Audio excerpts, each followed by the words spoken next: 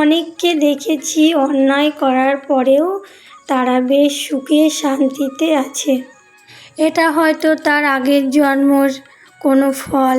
আবার অনেককে দেখেছি তারা অন্যায় করে না, কোনো খারাপ পথে চলে না, তাদের সঙ্গে আবার অনেক খারাপ কিছুই হয়ে যায়, তাই না? এটাও হয়তো আগের জন্মের কোনো পাপের ফল। এটা অনেক আগের থেকে হয়ে আসছে যদিও। তোমরা সবাই কেমন আছো? আশা করি তোমরা সবাই ভালো আছো এবং সুস্থ আছো, আর আমরাও ভালো আছি। চলে এসেছি তোমাদের জন্য একটা নতুন ব্লগ নিয়ে।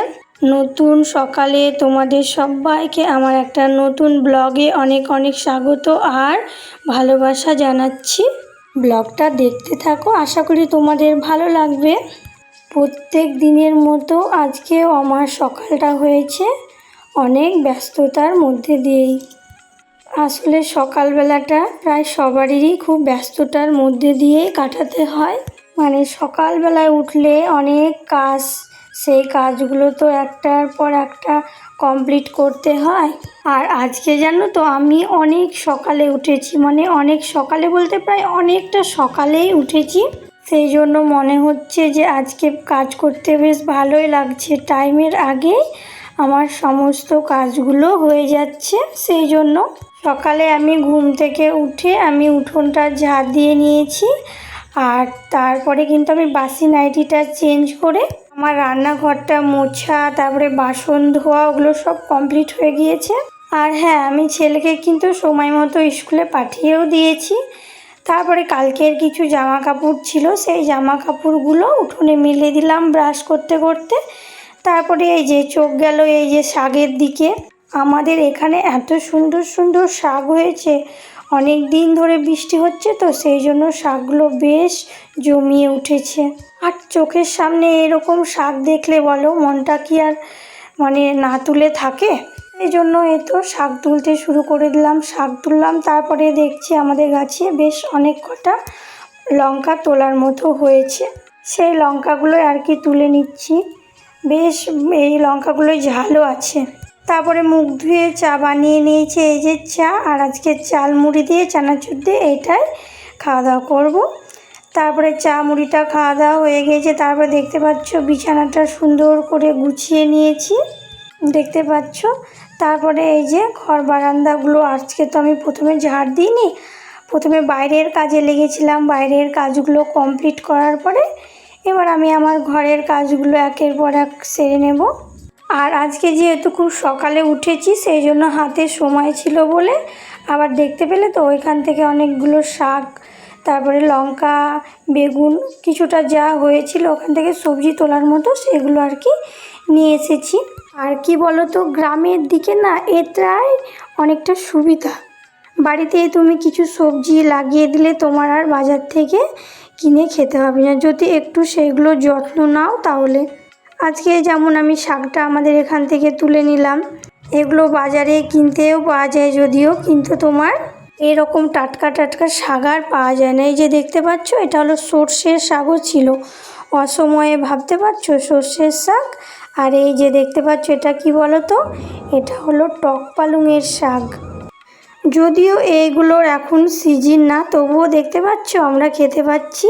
আমরা নিজে বাড়িতে সবজি একটু একটু করে চাষ করেছি সেই জন্যই পাচ্ছি। আর টক পালংগুলো এখনকার বোনা নয়, ওই শীতের সময় সিজনের সময় যখন হয় তখন বীজ ছড়িয়েছিল তখন হয়েছিল, আমরা খেয়েছি। সেই বীজ থেকে কিন্তু এখন আবার অনেকগুলো গাছ হয়েছে, সেইখান থেকে কিছুটা তুলে নিলাম আজকে রান্না করার জন্য। তাহলে দেখো তো আজকে আমি ওখান থেকে শাক পেলাম, টক পালং পেলাম, লঙ্কা, বেগুন, কতগুলো সবজি পেয়ে গেলাম, তাই না? গ্রামের দিকে এই সুবিধাগুলো আছে, কিন্তু শহরের দিকে এই সুবিধাগুলো কিন্তু পাওয়া যায় না। তারপরে রান্না বান্না কমপ্লিট করে ভাবলাম আজকে একটু হেয়ার প্যাক বানাবো। সেই জন্য পিছু থেকে কয়েকটা জবা ফুল আর কারি পাতা তুলে নিলাম।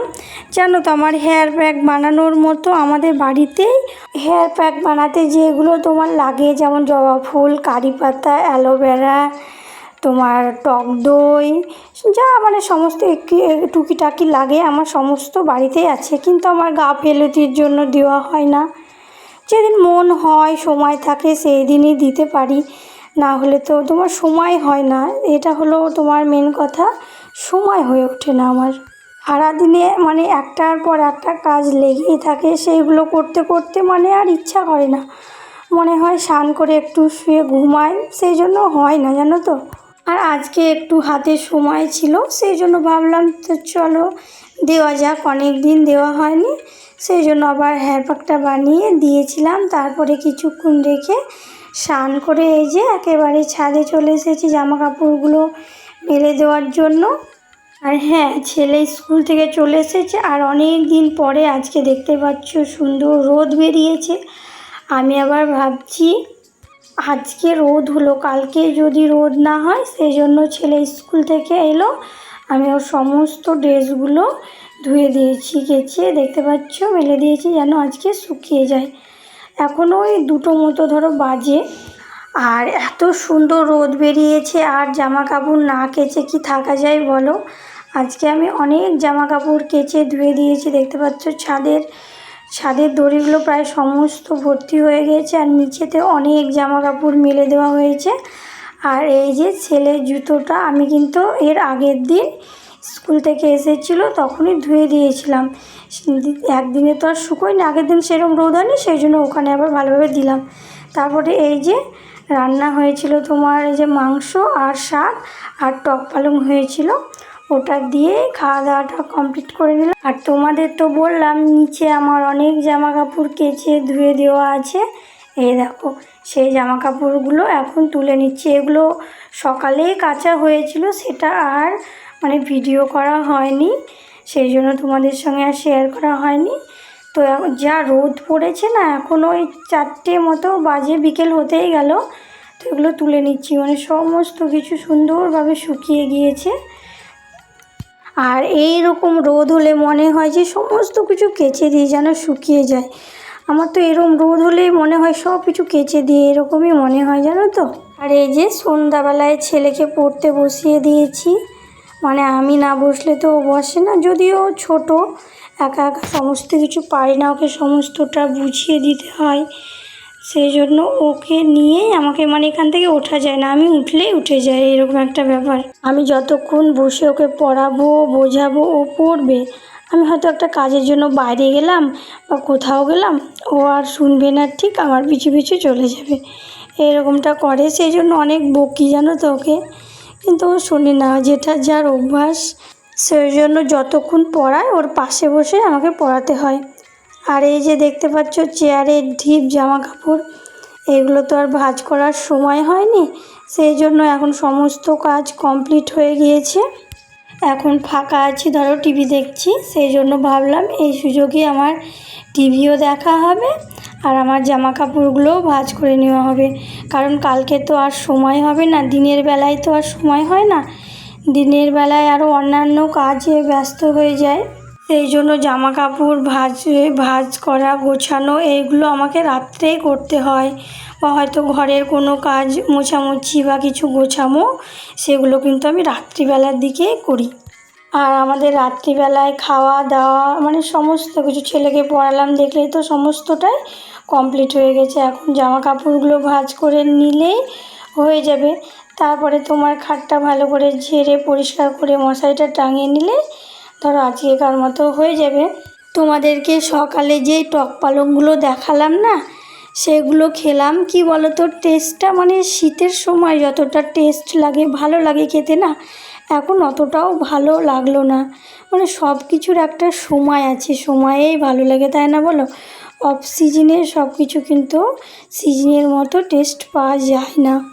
আবার সর্ষের শাকটা দেখবে ঠান্ডার সময় খেতে ভালো লাগে, আজকে যেমন ওখানে আমরা সর্ষের শাকও পেয়েছিলাম, আমাদের পিছনে অনেক সর্ষের শাক হয়েছিল, সর্ষের শাকটাই বেশি ছিল, তো খেলাম, অতটাও মানে টেস্ট লাগলো না ঠান্ডার মতো, মানে সময়ের জিনিস সময়েই মানায়, তাই না।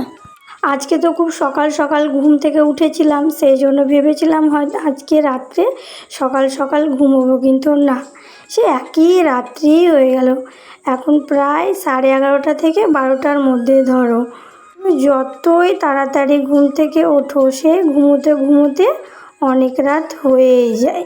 এক আধ দিন সকালবেলায় ঘুম থেকে ওঠার সময় কি মনে হয় বলো তো, যে সারাদিনে তো আর কাজের শেষ থাকে না, একটার পর একটা কাজ লেগেই থাকে, মানে বসবো ভাবলেও বসতে পাই না, তাহলে একটু লেট করে উঠবো এরকমটা এক আধ দিন ভাবি। কিন্তু যেই একটু লেটে ঘুম থেকে উঠি সেই দিন একেবারে কাজের তাড়াহুড়ো লেগে যায়, যে কোন কাজটা আগে করব, কোন কাজটা মানে সমস্ত কাজে দেরি হয়ে যাচ্ছে এইরকমই হয়। সেই জন্য যতই ছুটে লেট হোক না কেন একটু তাড়াতাড়ি ঘুম থেকে ওঠাটাই মনে হয় ভালো। তা চলো ভিডিওটা আর বড় করলাম না, এখানেই শেষ করলাম। দেখা হচ্ছে একটা নতুন ব্লগের সঙ্গে। ততক্ষণ তোমরা ভালো থেকো, সুস্থ থেকো। আর ভিডিওটা যদি তোমাদের ভালো লেগে থাকে একটা লাইক করে দিও আর চ্যানেলটা সাবস্ক্রাইব করে দিও। দেখা হচ্ছে নেক্সট ব্লগে। টাটা।